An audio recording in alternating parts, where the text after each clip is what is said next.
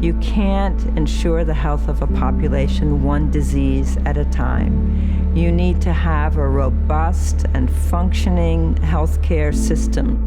Health system strengthening is an effort to invest in all the elements of a health system, from service delivery to research and decision-making around data, to developing prevention efforts, to setting up policies that can be sustained and endured over the course of different political environments. In 1998, when we were giving out our first grants, the AIDS pandemic in Africa was exploding. And the international community responded with more investment than anyone ever imagined. But what they neglected was that there had to be a system to carry these initiatives.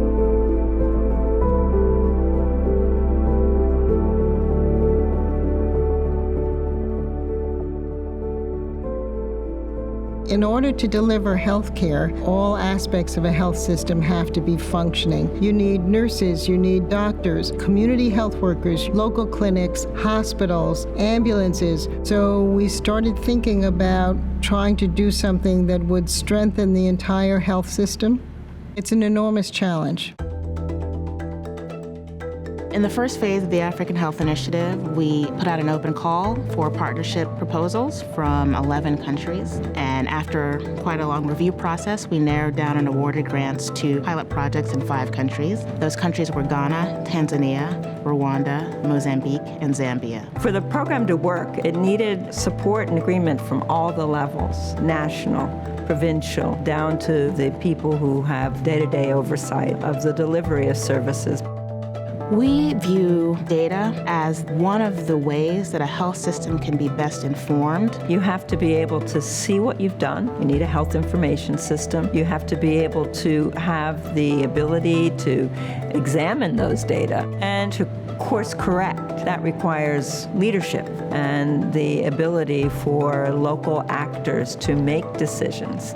Not all of the projects were successful. From that, we decided to have a second phase of the African Health Initiative and to make some changes. We required that an individual from the national government commit time to leading the program. The second important shift was a recognition that we wanted researchers, practitioners, and program managers to come together regularly to talk about data and research and evidence use, and to talk about what the data was telling them in their communities. It's our intention to build that culture of review and thoughtfulness when making decisions around service delivery.